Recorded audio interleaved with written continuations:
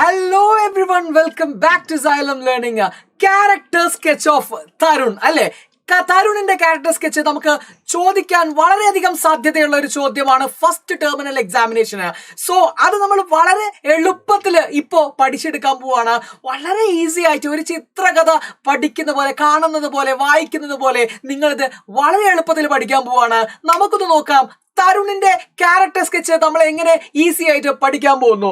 Yes, ആദ്യം തന്നെ ഓരോരോ പോയിന്റ് വൈസ് ആയിട്ടാണ് നമ്മൾ പഠിക്കുന്നത്. നോക്ക്, Tarun was A 12-year-old school boy who was not good at studies. ഞാൻ മാർക്ക് ചെയ്തിരിക്കുന്ന പച്ചവശയിലുള്ള ആ അക്ഷരങ്ങളില്ലേ, ആ വാക്കുകളില്ലേ, അത് നിങ്ങളൊന്ന് എംഫസൈസ് ചെയ്ത് പഠിച്ചാൽ മതി. He was not good at studies. അല്ലെ, അവൻ പഠിക്കാൻ അത്ര എന്തായിരുന്നില്ല, മിടുക്കനായിരുന്നില്ല, പഠിക്കാൻ അത്ര മിടുക്കനല്ലാത്ത കുട്ടിയായിരുന്നു. Tarun was 12-year-old. ഓർത്തു വെക്കുക, 12 വയസ്സുള്ള കുട്ടിയാണ്. School boy who was not good at studies. He was not good at studies. Okay, ഇതാണ് നമ്മുടെ തരുണ്. അവന് സ്കൂൾ ബോയ് ആണ്, 12 വയസ്സാണ്, നോട്ട് ഗുഡ് അറ്റ് സ്റ്റഡീസ്. രണ്ടാമത്തെ പോയിന്റ് നോക്കുക, he was a mediocre student. He was a mediocre student. എന്താണ് mediocre student എന്ന് പറഞ്ഞാൽ? ആവറേജ് സ്റ്റുഡന്റ് എന്ന് പറഞ്ഞാലും മതി, അല്ലെ.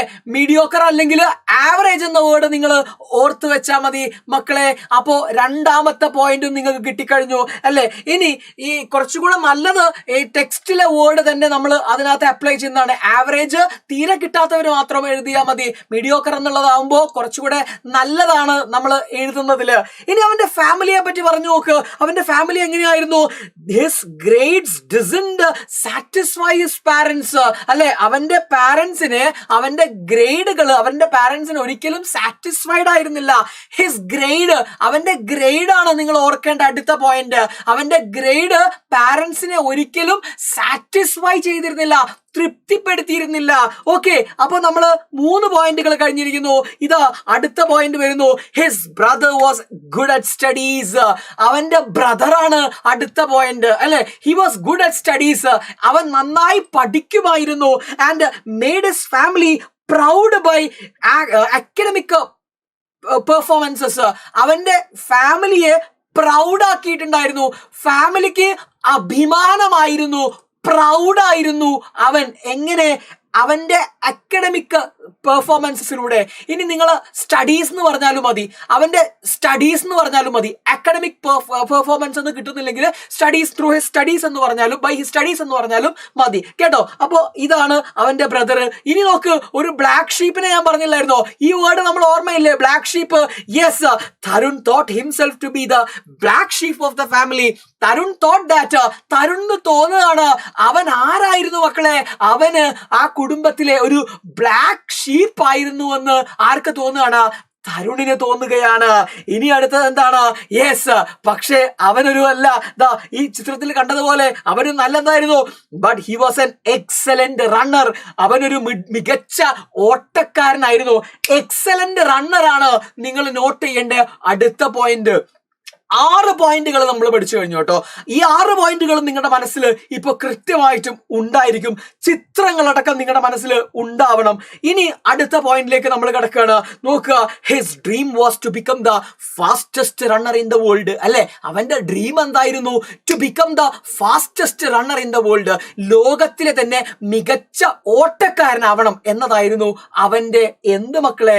അവന്റെ ആഗ്രഹം എന്ന് പറയുന്നത്. പക്ഷെ അവിടെ നോക്ക്, അവന്റെ ഫാമിലിയുടെ കണ്ടീഷൻ എങ്ങനെയാണ്? അവരത്ര പണക്കാരായിരുന്നോ? അല്ല. Since he belong to a middle class family, അവൻ ഒരു മിഡിൽ ക്ലാസ് ഫാമിലിയിൽ ആയിരുന്നത് കൊണ്ട് it was not easy to get training. അവന് എന്തല്ലായിരുന്നു? ട്രെയിനിങ് കിട്ടാൻ അത്ര എളുപ്പമല്ലായിരുന്നു. It was not easy to get training. Training കിട്ടാൻ അവന് എളുപ്പമല്ലായിരുന്നു. ക്ലിയർ അല്ലേ?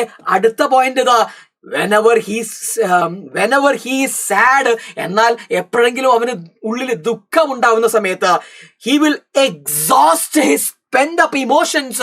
എക്സോസ്റ്റ് എന്ന വേർഡ്, അല്ലെ, എക്സോസ്റ്റ് അവൻ ഇല്ലാതെയാക്കും, എക്സോസ്റ്റഡ് എന്ന് പറഞ്ഞാൽ ടയർഡ് ആവാണ്. He exhaust his pent up emotions. അവന്റെ ഉള്ളിലുള്ള ദുഃഖങ്ങളെ അവൻ ഇല്ലാതാക്കുന്നത് എങ്ങനെയാണ്? ബൈ റണ്ണിങ് ആണ് അല്ലെ. ആ റണ്ണിങ്ങിലൂടെ ഓടിയിട്ടാണ് അവൻ എന്ത് ചെയ്യാറ്? അവന്റെ ഉള്ളിലുള്ള എക്സസ് ആയിട്ടുള്ള അധികമുള്ള ഈ പെൻഡ് അപ്പ് ഇമോഷൻസ്, ഒരുപാടുള്ള ഇമോഷൻസിനെ, ദുഃഖത്തെ, സാഡ്നെസ്സിനെ ഒക്കെ ഇല്ലാതെയാക്കുന്നത് എങ്ങനെയാണ്? ഓടി തീർത്തിട്ടാണ്. ഇതാണ് തരുൺ എന്ന് പറയുന്ന കുട്ടി. 9 പോയിന്റുകൾ നമ്മൾ പഠിച്ചു കഴിഞ്ഞു.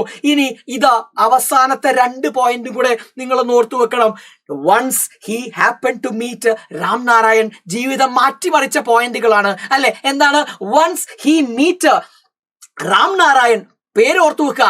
രാം നാരായണനെ അവൻ ഒരിക്കൽ കണ്ട സമയത്ത് that meeting changed his life and behaviour. അവന്റെ ജീവിതത്തെ തന്നെ മാറ്റിമറിച്ചു, അവന്റെ സ്വഭാവത്തെ തന്നെ മാറ്റിമറിച്ചു, ബിഹേവിയറിനെ മാറ്റിമറിച്ചു, അതുപോലെ ലൈഫിനെ മാറ്റിമറിച്ചു.